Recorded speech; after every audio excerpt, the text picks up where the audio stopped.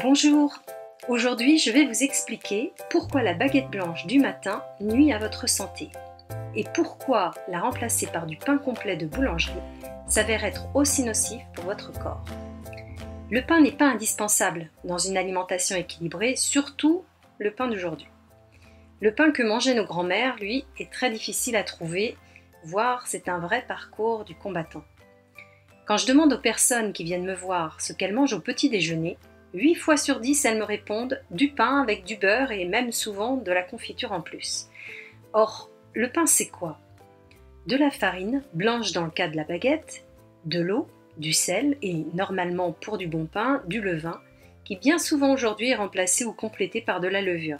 Et je ne parle pas de tous les additifs qu'il y a dans la farine.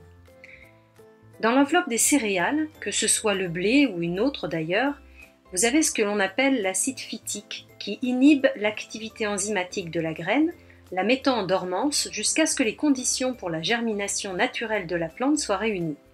Ce qui veut dire que si vous consommez cette graine sans transformation, que ce soit par la germination, le pré-trempage, le toastage ou une fermentation de longue durée, le blocage des enzymes vous empêchera d'assimiler le moindre nutriment naturellement présent dans la graine.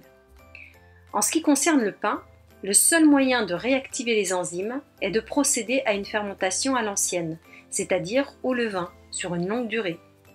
Or, de nos jours, par souci de rentabilité et facilité, la plupart des boulangers ajoutent de la levure dans leur pâte à pain, ce qui raccourcit considérablement le temps de fermentation et donc ne désactive pas l'acide phytique. Ainsi, manger un pain complet au levain avec levure ajoutée, ou parfois même sans levain du tout, reviendra à vous déminéraliser petit à petit.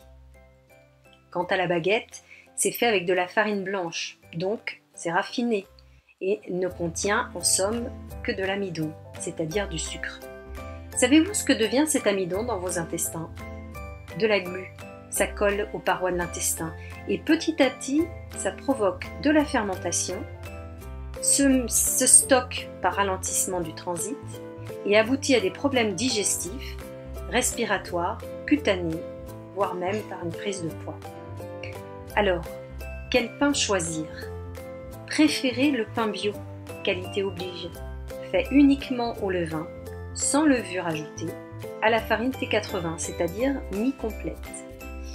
Voilà, j'espère que vous comprendrez l'importance de bien choisir son pain.